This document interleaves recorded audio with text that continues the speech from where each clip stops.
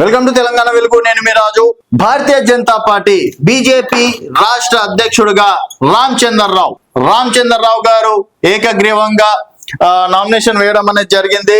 So ఇక్కడ ధర్మపురి అరవింద్ కావచ్చు, అలాగే ఈటెల రాజేందర్ కావచ్చు, తర్వాత దాదాపుగా ఈటెల కావచ్చు, అలాగే డికే అర్ణ కావచ్చు, బండి సంజయ్ కావచ్చు. సో ప్రధానంగా తర్వాత ఆచారి పేరు కూడా ఒకనొక సిచ్యువేషన్ లో ఆచారి పేరు కూడా వినిపించడం అనేది జరిగింది. సో 5 మంది పేర్లు కాకుండా రామచంద్రరావు గారికి ఏకగ్రీవంగా నామినేషన్ వేయడానికి కేంద్రం అనుమతి ఇచ్చిందని చెప్పేసి కూడా చెప్పుకోవచ్చు. ఈ విషయంలో ఇటు రాజాసింగ్ కావచ్చు, కొంతమందికి భేదాభిప్రాయాలు కూడా వచ్చినాయి. సో మొత్తానికి సరే రామచంద్రరావు గారు ఏకగ్రీవంగా అయ్యారు, రాష్ట్ర అధ్యక్షుడిగా కాబోతున్నారు. వారికి ముందుగా తెలంగాణ వెలుగు ఛానల్ నుంచి శుభాకాంక్షలు కూడా తెలియజేస్తున్నాము.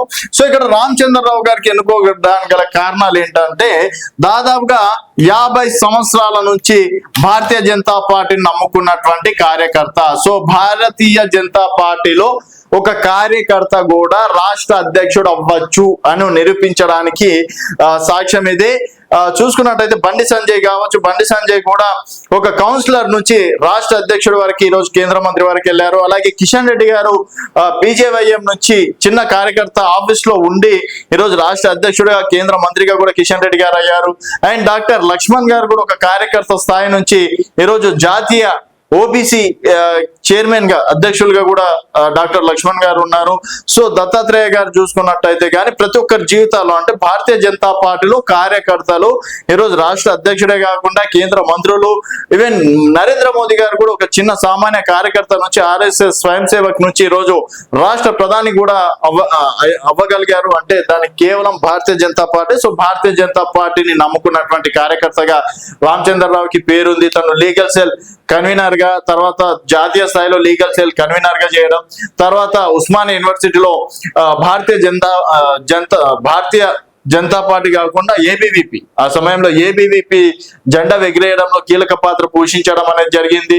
తర్వాత ఏబీవీపీ నుంచి ఇటు స్వయం సేవక్ గా, ఏబీవీపీ విద్యార్థి నాయకుడిగా, అలాగే లీగల్ సెల్ కన్వీనర్ గా, తర్వాత 2007 నుంచి స్పోక్ పర్సన్ గా, Bharatiya Janata party spoke person గా, ఉమ్మడి ఆంధ్రప్రదేశ్ తెలంగాణ నుంచి కూడా స్పోక్ పర్సన్ గా, 2015 నుంచి ఎమ్మెల్సీగా కూడా తను పట్టభద్రులు ఎమ్మెల్సీ స్థానంలో మహబూబ్ నగర్, రంగారెడ్డి, హైదరాబాద్ లో విజయవంతంగా గెలవడం అనేది జరిగింది. మొన్నటి గ్రాడ్యుయేట్ ఎమ్మెల్సీలో కూడా కేవలం స్వల్ప మెజార్టీ తోటి ఓడిపోవడం అనేది జరిగింది. సో ఏ ఒక్క కార్యకర్తకి ఆపద వచ్చినా కూడా పైసలు తీసుకోకుండా తను ఎక్కడ అంటే అర్ధరాత్రి 12 గంటలకు పిలిచినా కూడా కోర్టులో వాదించి వారికి బెయిల్ ఇప్పించడంలో కూడా రామచంద్రరావు సేవలు అనేది అమోఘం అని చెప్పేసి కూడా చెప్పుకోవచ్చు.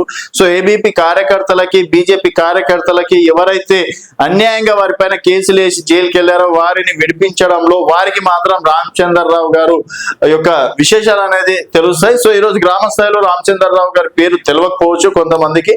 సో డెఫినెట్ గా మరి భారతీయ జనతా పార్టీ అనుకుంటే ఏదైనా సాధ్యమే. మరి ఇప్పుడు రామచంద్రరావు గారి ముందు టాస్క్ లో ఒకటి జూబ్లీహిల్స్ ఉప ఎన్నిక కావచ్చు, స్థానిక సంస్థల ఎన్నికలు ఉన్నాయి, అలాగే జిహెచ్ఎంసీ ఎన్నికలు కూడా ఉన్నాయి.